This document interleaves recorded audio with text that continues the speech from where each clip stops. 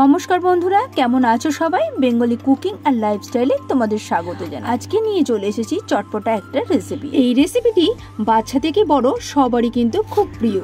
আমরা স্কুল কলেজে যখনই যেতাম না কেন, সবার আগে চোখ পড়তো কিন্তু এই আলু কাবলির দিকে। আজকে একটা সিক্রেট মশলা দিয়ে দোকানের মতোই বাড়িতে আলু কাবলি বানিয়ে নেব।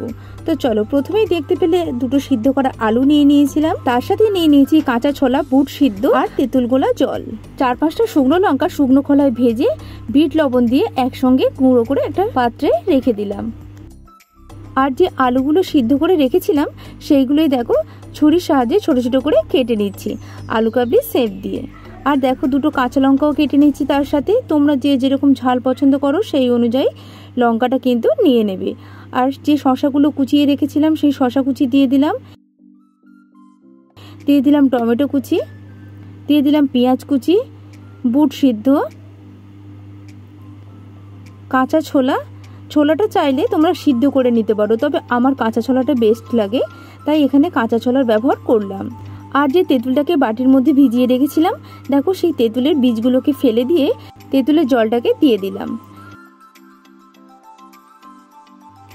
আলু কাবলি বানাচ্ছি আর ধনেপাতা দেবো না, তো দেখো এখানে ধনেপাতা কুচিও দিয়ে দিলাম।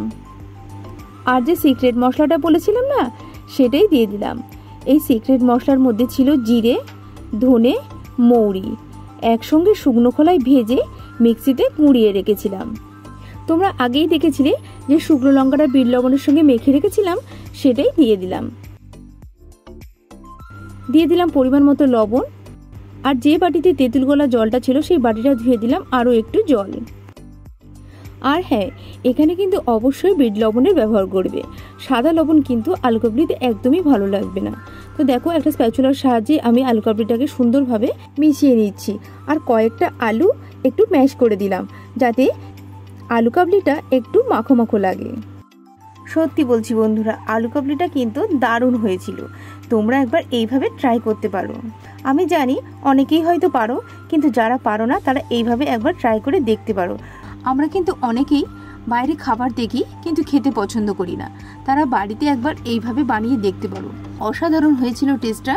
আর তোমাদের আগেই বলেছি, বাচ্চা থেকে বড় আমরা কিন্তু সকলেই এটা পছন্দ করে থাকি। আলু কাবলিটা তোমাদের কেমন লাগলো অবশ্যই কমেন্টে জানাবে। ভালো লাগলে একটা লাইক করে দিও। আর আমার চ্যানেলে যদি কোনো নতুন বন্ধু থেকে থাকো, চ্যানেলটি সাবস্ক্রাইব করে প্লিজ আমার পাশে থেকো, আর পাশে থাকা বেল আইকনটি প্রেস করে দিও।